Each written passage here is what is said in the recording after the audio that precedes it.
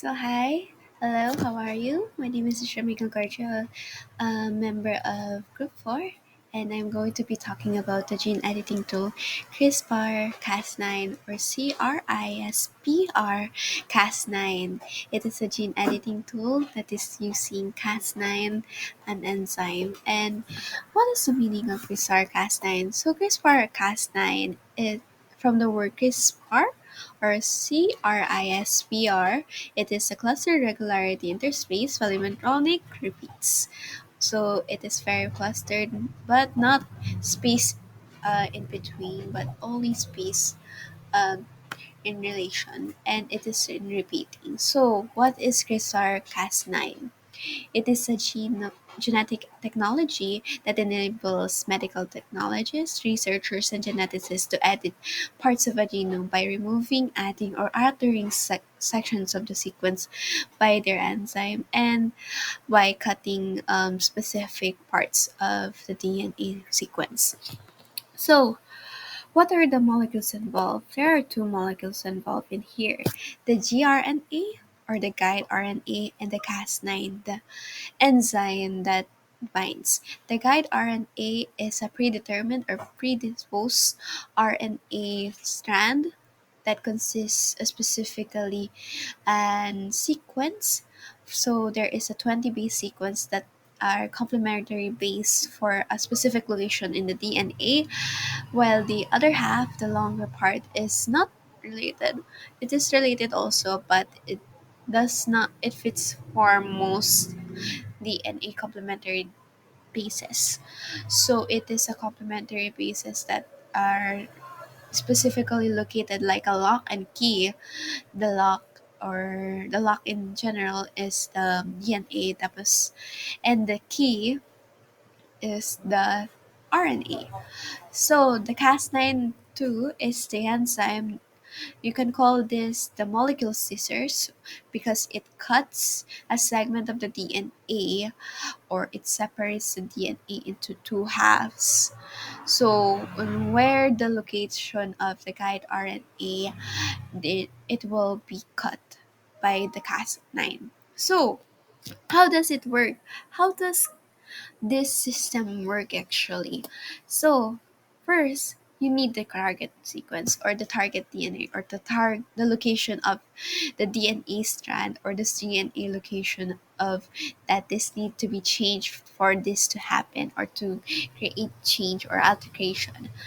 So the first part is by the introduction of the guide RNA or the gRNA, and it binds to that specific location or the target sequence.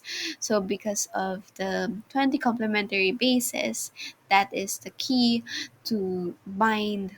So when they are searching and gathering information, they're reading the functions or the bases of the DNA. And when they find that specific sequence that links to that 20 complementary bases that are in the guide RNA exactly for the DNA in the target sequence of the DNA, it will bind together. Then the introduction of the Cas9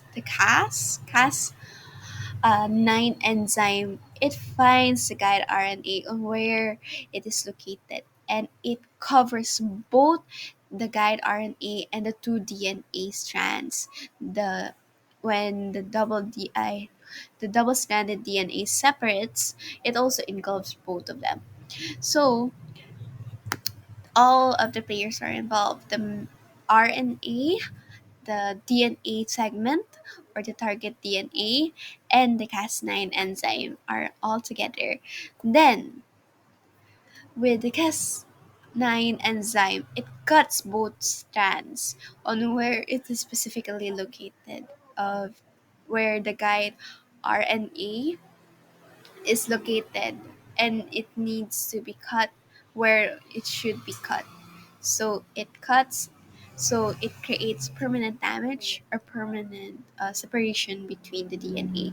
So the reaction of the DNA is to replicate itself and tries to repair it. But with the introduction of DNA repair machinery, it inhibits that DNA replication and the DNA healing system to introduce the different kinds of mutation or different kinds of alterations. So it can be removal, adding proteins, specific proteins to inhibit to create an different types of change. So it is altered.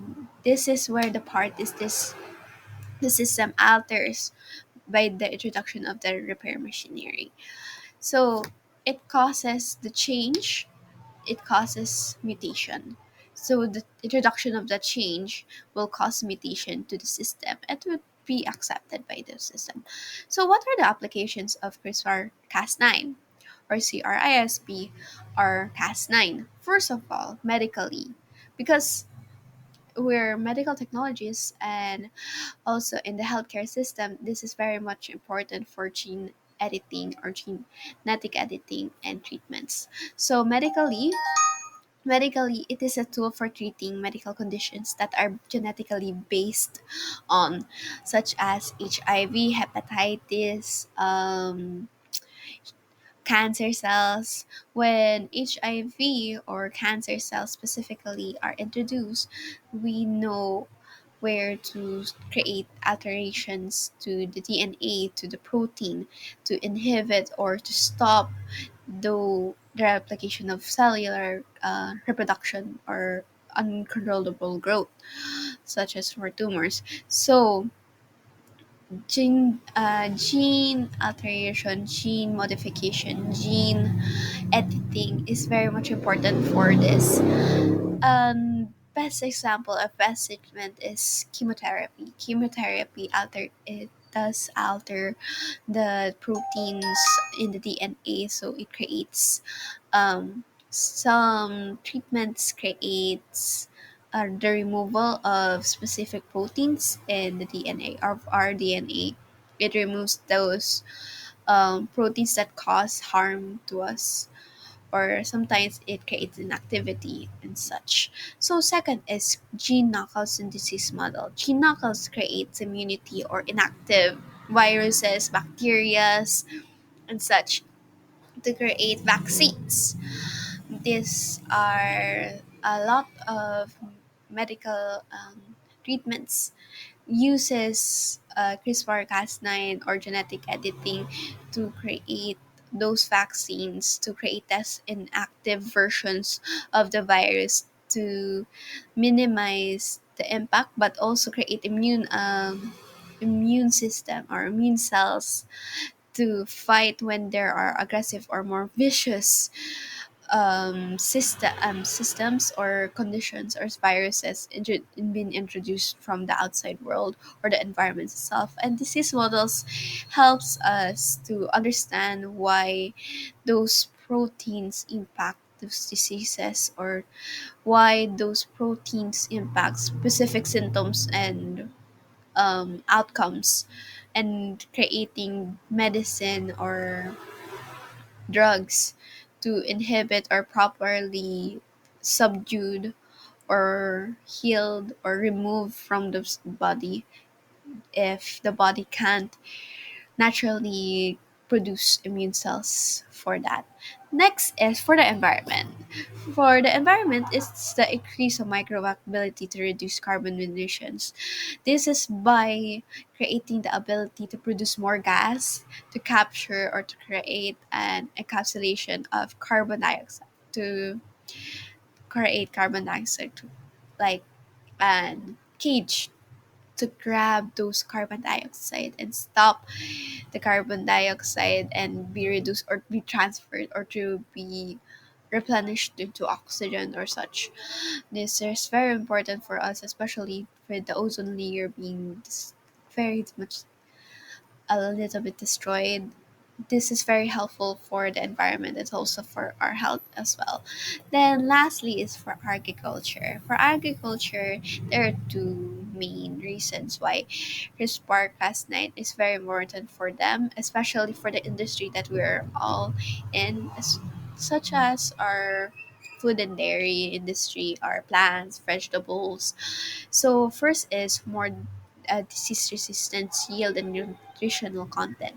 Disease resistance is by stopping pests and herbicides to be more toxic to the vegetables and fruits that sometimes destroy the ecosystem. So, by creating genetic editing or CRISPR-Cas9 is being introduced, it stops or it helps the plants to be more resilient and more stronger contraries for pests or also toxins and also for commercial materials that are involved and can create more sickness or also create transfer of diseases from one plant to another.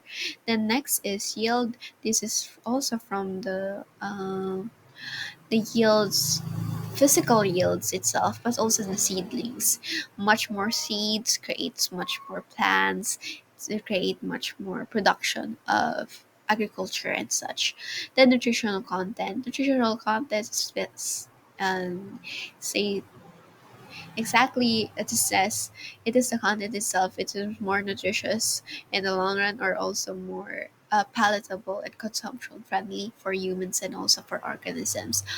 A best example for this is the Brussels sprouts. Originally, Brussels sprouts are much more bitter and hard to digest with humans, but with genetic editing and the CRISPR-Cas9 and removal of specific proteins, it helped that it be more consumption friendly. It is more sweeter or sometimes more tasty than the original counterparts. And next is immunity for bacterial cultures against viruses.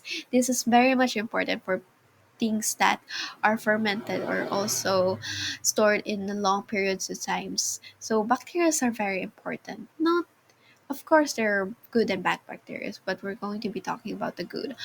So good bacteria also can die from viruses, especially those who are involved in different kinds of environments that are very much a hub for viruses, such as moldy places or stark and wet humid phrases. So the immunity of the bacterial cultures to survive in those scenarios against viruses is very much important, such as for cheese, yogurts, milks, dairy, fermentation of kimchi, for many kinds of fermenting, especially nutritional yeast and yeast in general are also needed for bacterial growth. But we don't need viruses because viruses are very much harmful for humans and also for any organisms, to be exact. And it is very much harmful and toxic,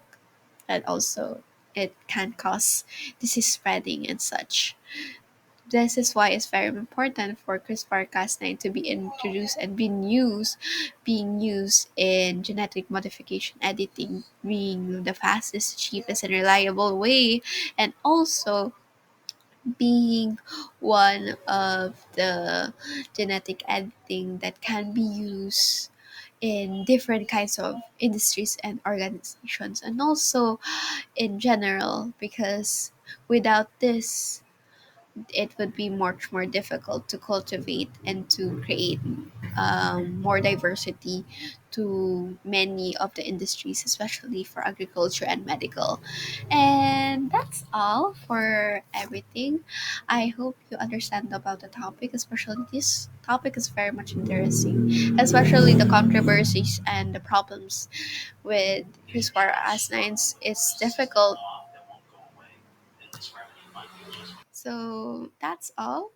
I hope you understand about the topic. And if you have any more interest in CRISPR-Cas9, there are a lot of resources and a lot of studies that discuss about specific projects and studies all about the experimentation of CRISPR-Cas9 in many industries. That's all. Thank you. Bye bye.